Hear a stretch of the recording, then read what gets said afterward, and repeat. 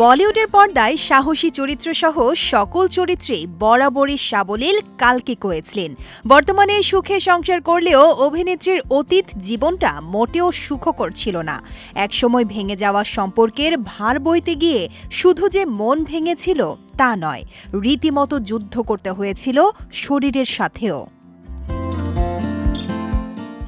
সম্প্রতি সোহা আলী খানের পডকাস্টে অংশ নিয়ে নিজের জীবনের সেই ভয়াবহ কালো অধ্যায় নিয়ে কথা বলেছেন তিনি। কালকে জানান, বিচ্ছেদের পর দীর্ঘ সময় তিনি নিদ্রাহীনতায় ভুগেছিলেন। রাতের পর রাত তিনি ঘুমাতে পারতেন না। এই দীর্ঘমেয়াদী অনিদ্রা তার শুধু মানসিকই না, শারীরিক স্বাস্থ্যের উপর মারাত্মক প্রভাব ফেলেছিল।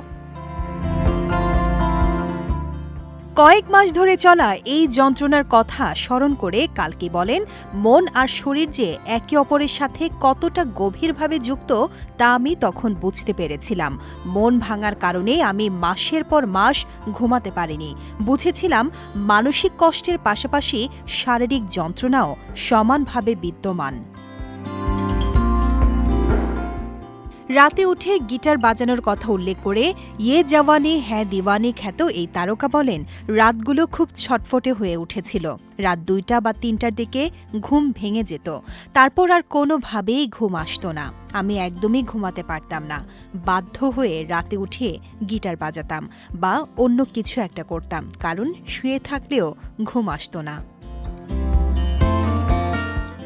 নিজেকে ব্যস্ত রাখতে কালকি ছোটখাটো কাজে মনোযোগ দেওয়ার চেষ্টা করলেও ঘুমের অভাবে তার স্বাভাবিক জীবন ও পেশাদার কাজ ব্যাহত হচ্ছিল। কালকির ভাষায়, যেদিন শুটিং থাকত আমি জেগে আছি নাকি স্বপ্ন দেখছি তাই বুঝতে পারতাম না। চারপাশটা খুব বিভ্রান্তিকর লাগত। টানা ৪ মাস আমাকে এমন পরিস্থিতির মধ্য দিয়ে যেতে হয়েছে।